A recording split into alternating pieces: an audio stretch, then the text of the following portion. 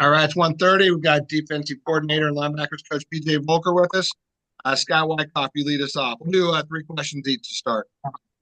Hey, Coach, how fired up are you to get things going today? Yeah, can't wait. Can't wait. This is one of those deals you sort of spring out of bed a little bit before the alarm clock because you can't wait to see these guys get after it. I think it's a really exciting time here with Navy football, and especially with us defensively, just have an opportunity to replace a lot of guys that have been really good players for us, and really excited about the opportunities that are going to present itself for a lot of guys on the football team this spring. What does it mean for this team to come off the momentum of both the Army game and of the Oklahoma game and to build on that now in the spring? Yeah, I think having success obviously creates a little bit of juice and buy-in and all those types of things. But I think this team also understands that it's not the 2024 version of Navy football. It's 2025, and we've got to write our own story. And I think these guys are really committed to doing that. I've been super impressed with really the entire bunch, the way they've gone about winter conditioning, fourth quarters, the way we're attacking meetings, walkthroughs, things like that. And we're just getting started. And we know we've got a long way to go between now and VMI. But I do think, having success obviously creates a lot of energy and buy-in. But at the same time, if you're sitting there resting on what you've done in the past, you're going to get passed up really quick. We're on the hunt. What does it mean for the players to have the stability of the same staff, familiar faces, with a familiar message for them when they hit the field in the spring? Yeah, I think that lets us just dive into details more and lets us just continue to refine our paths and our jobs a heck of a lot better.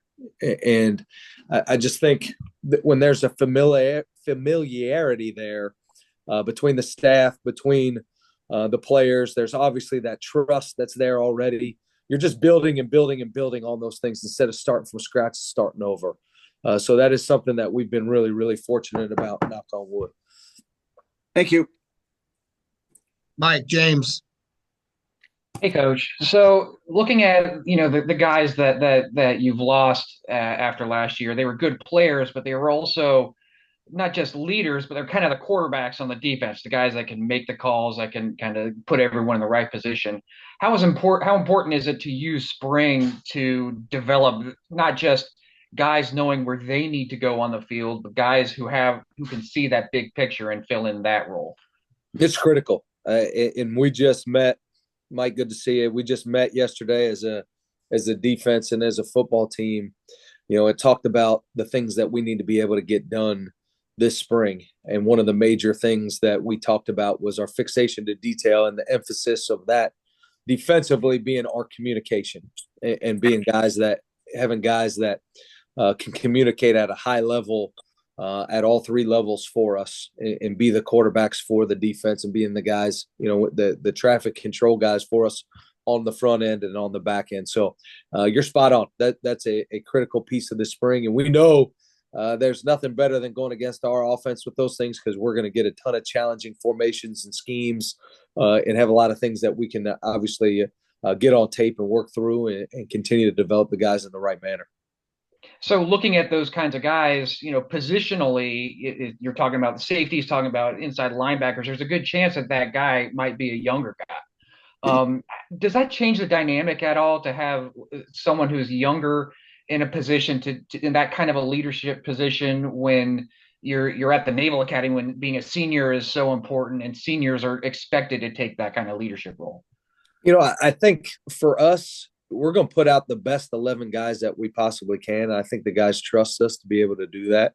And part of playing, and I learned this early in my coaching career, but like part of putting guys on the field and guys earning jobs isn't that you're necessarily the best athlete. It's that you're the best player. And part about being a player is you have to be able to execute the job. And it's not just about who runs fast and jumps the highest or hits the hardest or anything like that. It's who do we trust to be able to go out there and execute what their job is. And really, we talk about DYJ. We want guys that go not just do their job. We want guys that go dominate their job. And whether it's a freshman or a senior or anywhere in between, we're all committed to making sure it's the best guy possible for that job. And our job, whether it's a young guy, an old guy, is to put them in those situations so many times and prepare them so well that they have an immense amount of confidence in themselves, and their teammates have an immense amount of confidence in them as well. So regardless, obviously when you're younger, you're going to get a little bit less reps than some of those older guys, but those guys that we just lost, those guys played as young guys too, and obviously we're able to forge their own path. So I'm excited about having the opportunity for guys that are going to be seniors, guys that are going to be juniors, and guys that are going to be sophomores, as well as when we get the freshman class, getting those guys in here and try to get them up and running as fast as possible. You're talking about guys getting opportunities. You got a lot of, especially in the second half of last year, as like Kenny McShan got healthy, made some big plays, made big contributions, it was a real struggle for him to even get on the field with the injuries that he had. Are there any guys like that in the spring now that are maybe they're getting healthy finally? They're getting that opportunity to maybe get a little more work than they've had the chance to so far? Well, it's hard for me to name names and single guys out because I'm so excited about a lot of them, to be totally honest with you. I think I've been here 6 years going on 7. I think this was the best fourth quarters that we've had in terms of the way that we go about our work, the fixation to detail, the effort, the way we finish drills. And there's been a lot of guys, and the longer and longer I've been here, I've seen guys that are going to be juniors, guys that are going to be seniors that come out of nowhere, and finally it clicks for them. The game slows down, and that's what this spring can do for a lot of guys. And I fully anticipate us leaving this spring going, holy smokes, we got a lot of guys to choose from to be able to go out there and execute. So I don't want to single anybody out quite yet. Obviously, we haven't put on pads and tackled and do all those types of things, and I cannot wait for that. I know day one we're in helmets out here, and we're excited for that. Like I said, doing handsprings out of bed and stuff like that. But I do anticipate there being a large number of those type of guys. Hey, Coach. Thanks. PJ, in defensive end, Justin Reed was a very reliable performer, a very impactful performer. I don't know how many of these guys who were on the depth chart at the end of last season, how much in-game reps they got. But can you kind of talk about some of the guys that are coming back in the battle there? Tyler Narayan, Julian Matome, and Crane LaFond are the guys who were on the depth chart at the end of last season behind Justin Reed. It's Mudame. I want to make sure we get the name right. Yep. His brother's going to be listening. You got to get that one right. So Julian, he's a really talented player for us. I think he was just sort of scratching the surface. He's a guy that went to the prep school. I really think he's got an opportunity to be another standout player for us here. Played a fair amount of snaps last year as a down the line guy. Obviously we had some games that we had significant leads and we're able to get our 3s and 2s into the game for an extended period of time, and he got a decent amount of those reps. So did Crane. Tyler started the Air Force game at 3 technique for us, and he's a guy that's done some things. I think Ike Ozarumba is a guy that's having a great offseason and hopefully really starting to come into his own. He's another big body there. Ben Franklin is a guy that we recruited to play outside linebacker, and shoot, man, he keeps growing and getting bigger and stronger and faster. And we'll probably take a look at him at defensive end too. So I think by the time we leave this spring, this may be the deepest defensive line class that we've had. Are you excited about a guy like Griffin Willis, who emerged last season and now, goes into the spring? I mean, because he kind of was a guy that maybe you hadn't identified at this time last year, but now that you know what he is, I mean, do you think he could really make a huge jump forward during spring ball? Yeah, so Griff, I think when we made the move from grip from backup nose guard to three technique is really when our defense took off last year and started really playing to the level that we anticipated playing all season long. And he was a major reason why we were able to start doing some things that we wanted to be able to do and produce. I think he had his first sack against ECU and then had two in the Oklahoma game. He works his tail off. He's great in the weight room. He's a guy that everybody in the locker room absolutely loves. Has some swag about him, especially for a defensive lineman, interior defensive lineman. I mean, he's a guy that I know another year with Coach Hall, who I just think is the absolute best in the business. Him and Coach Va'a, those guys do amazing things with our defensive line. I think he's just a guy that's just going to keep improving and getting better and better. And then at the inside linebacker spot where you lost two really big-time performers in Colin and Kyle, obviously you've got some guys who have been around, Joe Grant, Marcus Blazard, and Parker, Mark Anthony Parker.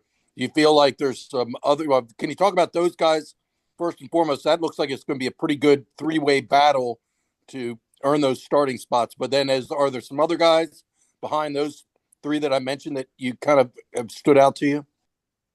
Yeah, I'm really excited. I know Coach Wimberly and I are excited about this linebacking class. I think it's a really strong group. And obviously, losing Colin is a really tough deal. He's a guy that was just an absolute phenomenal player and a great leader here. Kyle, it's amazing to me how well respected Kyle is as a guy that really got to start just one season, and just the way he is viewed by his teammates and everyone, just because he's an absolute Terminator. Just love the way he goes about his business and really proud of the player that he's become. And he was one of those guys too that, didn't play much, and then the game finally slowed down, and he was an exceptional player for us as an upperclassman. I think again, like you mentioned, Blazard coming back, getting him. He's a guy that continues to grow, continues to get better. I mean, he looks like he got a lot of playing time, made a heck of a play versus Oklahoma on a critical third down at midfield. I mean, you just put him out on the field, and he looks like a blur out there. Just covers a ton of space. He's fast. He's physical. Mark Anthony Parker has picked up the defense probably faster than anybody I've coached in all my years here or at Kennesaw State. Just picks up everything quick. He's super cerebral, but at the same time, big and fast and violent. Plays our style of football. Job is probably the best athlete in the whole linebacking core. Long, fast, physical. He's a guy that we expect to make a huge jump. But I think you got three seniors that have bided their time, and I think they're excited about their opportunities in Ian Pouchot and Elijah Oatsfall and Liam Barbie. I think those guys are all chomping at the bit to be the next Kyle Jacob, a guy that comes in and is productive as a senior. I really think Coleman Cawley is as good a football player instinctually as we have on the team, and he is a guy that he can hit. He's a violent, sturdy, physical player. And then we've got some freshmen that I think are just starting to show who they are, and I think they're chomping at it to get their opportunity to get out there with Noah Beck and Teddy Andros, Harry Beecham, Matt Karpinski. I mean, there's just it's a class that Coach Wimberly and I talk like these guys go out there and they work. Like we don't have issues with guys not just going out there and just getting after it, and that's most of them right there, if not all of them.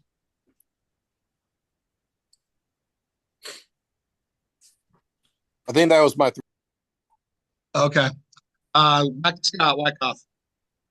Coach Luke Pierce, real humble guy, sometimes goes under the radar outside the program, but it looks like coming into his senior season, there's really not a ceiling on really what he could develop in. Do you agree with that? I think Luke is an exceptional football player. an even better person. I think he is extremely well respected in our locker room, and I think the opposing teams that we play really respect him too. I can't tell you how many times after games I saw opposing head coaches grab him and complimented him on the way he plays the game. I mean, he plays our style of football and goes about his business every single day in that manner. And I agree with you. I think he is nowhere near his max potential. He's a guy that has played that Raider position for us at an extremely high level, and I think he can do even more out there. What did it mean for you personally to be able to share with Rayon his experience at the combine? Oh man, that was awesome. It was absolutely really just want to thank Coach Newberry, Chuck Gladchuck, for letting us be able to take some time to go over there to watch the combine, to support Ray, to be able to see him do those things. It was the first time I had ever been, and being there as a coach was a really cool experience. But then to look down on the field and see a guy that you just absolutely love having the opportunity to compete at an event that you watch on TV every single year as a coach was surreal. And I thought Ray did an outstanding job. And I know a lot of people around the league felt the same way. But to look down there and see him vert jump and see him broad jump and then run a 40, and I think he was, obviously I'm really biased, but I think he was exceptional in his drill work. And I think every Navy coach that was there loved the way he finished the drills, the detail that he had about it. And then we got to go over and talk with his family and see his family, and just to see the excitement on their face for their son having an opportunity to do that. It was just it was an excellent experience and something that I'll never forget. And what does that mean for the program, how Ray handled himself and how he performed both at the Senior Bowl and at the Combine, not only for when you're going out and talking to players, but the perception of what you can be if you come to the Naval Academy to play football? Yeah, I think it's monumental. I think for guys to understand everything that they can do when they choose to come to the United States Naval Academy. I mean, this is the place where you're going to get the number one education. We're the number one public school in the country. You're going to play big time college football. You're going to play in amazing venues, and you're going to play in the biggest rivalry in all of sports. And then when you get done, you have an opportunity, obviously, to serve our country that few are chosen and even fewer choose it. And then obviously you go out there, you do everything that you're supposed to do. You work your tail off, you do all those things, and then have an opportunity to potentially compete in the NFL. Like it's a win-win situation at every level. So I think just being able to break down some of those barriers and delude some of those misnomers, I think is enormous for us moving forward. Thanks, Coach. Thanks, Scott. Mike, James. So, Coach, are there any lessons that you took from last year that you want to start incorporating as you prepare for next season? Yeah, there always is. I struggled a little bit early in the year with just how to call some things with a lead. And I think in literally I go back through every game and every call and critique every single piece of it.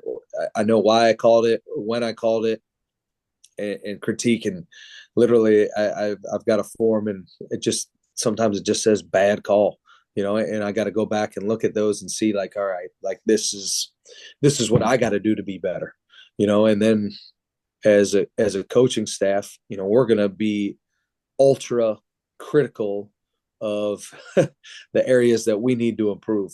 And it's tough. Sometimes we come in here and we watch cut-ups during the recruiting process and leading up into spring ball, and you're not really focusing on the things you did well. You're focusing on the things that you need to improve on, and sometimes it's hard to watch. But the things that you identify and you say, hey, man, we got to get better at these. Let's all put our minds together and let's figure a way to to get better, so we can improve and go from there. So a lot of changes in the conference this coming up this year. I know, but every year you always want to do a little bit to evolve too. How do you balance? I mean, the continuity has been such a strength. How do you balance that continuity with wanting to evolve a little bit, make changes, and adjust to the new looks you're going to be seeing throughout the year? Yeah, that's the sweet spot.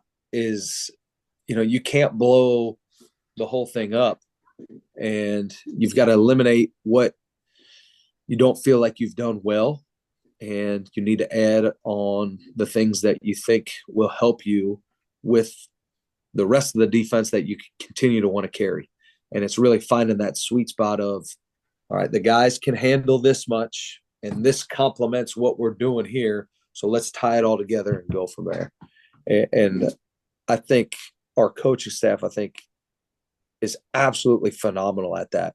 And we've created just a deal in there where everybody's got a voice and can say, hey, this is not helping my guys, but this could.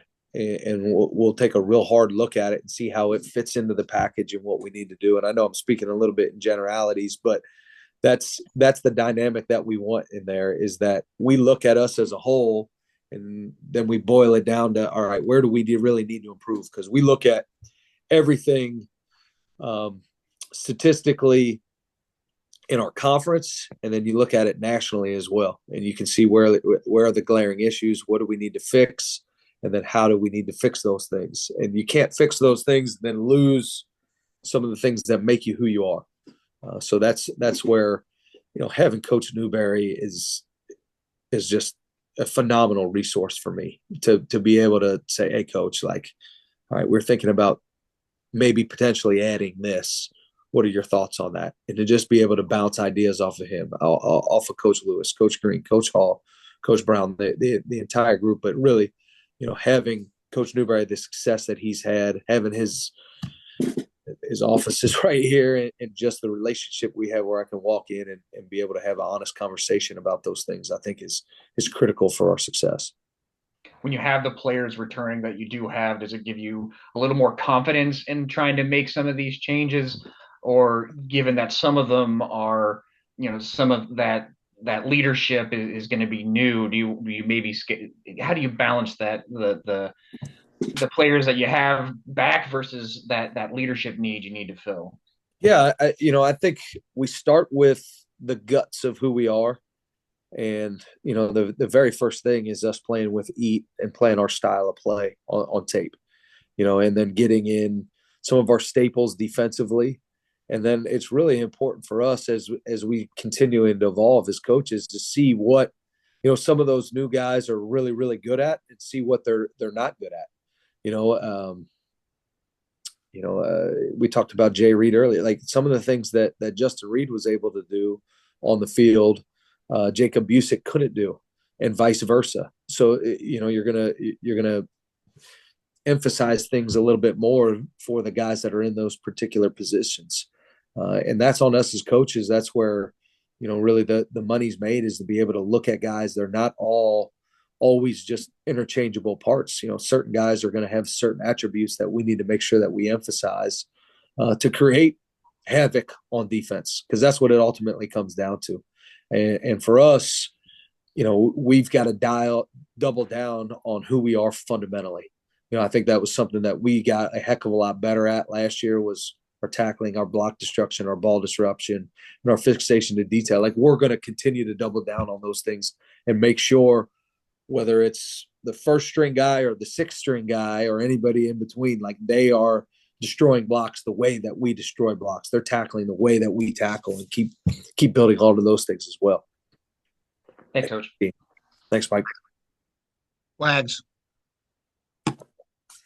I know Coach Newberry likes to do some hitting and, some good on good, full contact sessions during spring ball. How much do you all look forward to that on the defensive side?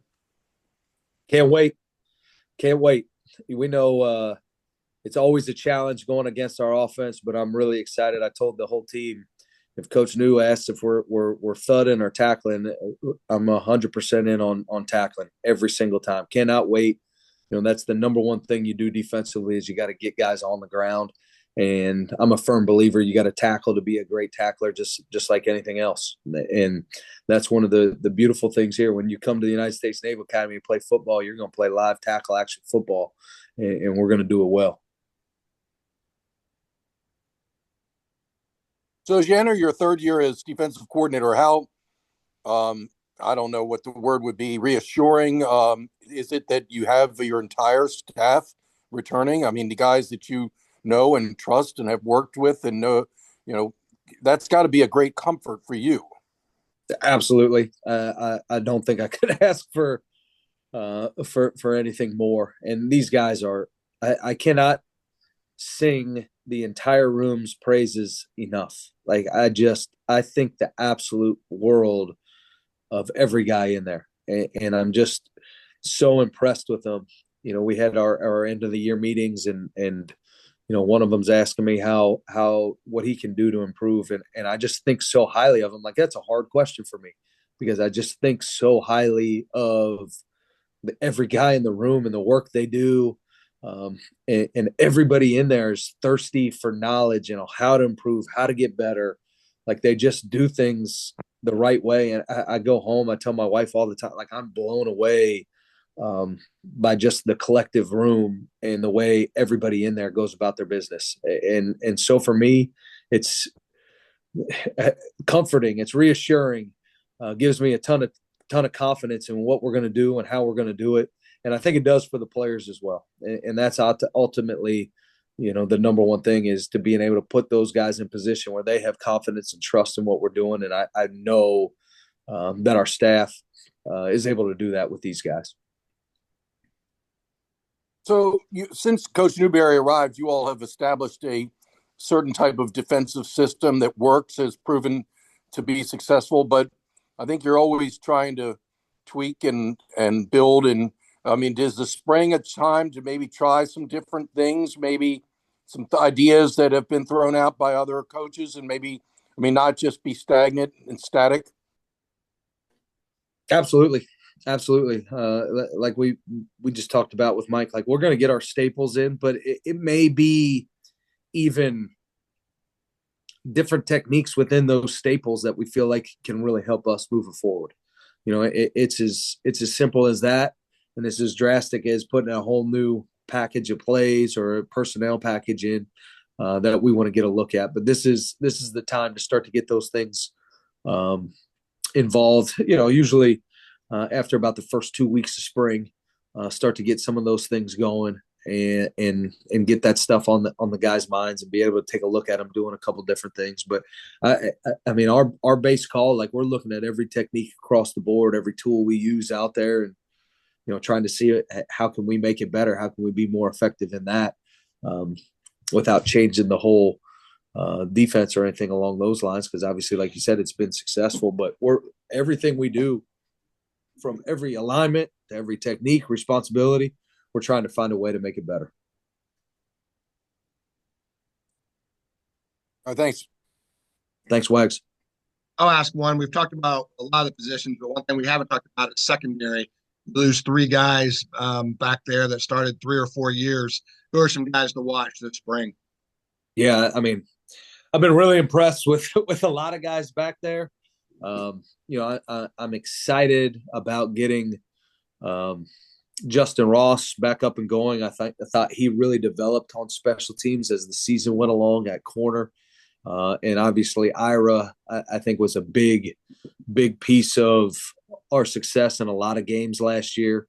I think he's got everything that we're looking for at corner and then some. Really, really impressed with them. I think Coach Green has built a really deep room. So you got those two guys. You got Philip Hamilton. Obviously, you got Duhart back. I've been really, really impressed with Bryce Allen as well at the corner position. I think safety-wise, you get Seth English back.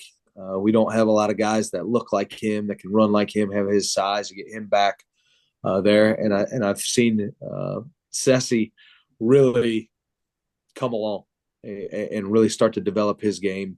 And I think there's some other young guys like Cush Abraham, Josh Switzer, and Aaron Rose that have come along as well. Got a couple guys that need to get back out on the field, and they know who they are because these are their opportunities. They got to take advantage of their opportunities, and that was another thing that was stressed to them last year as well. But I think Coach Lewis and Coach Green have done a really good job developing and recruiting those rooms. One final question: do the Reds make it back to the postseason this year? Heck yeah, absolutely, no doubt. Harry Francona, baby, we have him. Let's go. Anyone have anything else? Well, I was going to ask you. You talk about a lot of times college coaches visit other college programs. Is that something you all do? I'm not sure if I've heard Coach Newberry talk about visiting other college programs, and if so, which ones? It is something we do, but it is not something that we talk about. It's like Fight Club.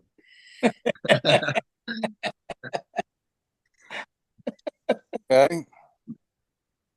That's just sort of the professional way, Wags. Is we'll all, that we study a lot of people. A lot of people study us.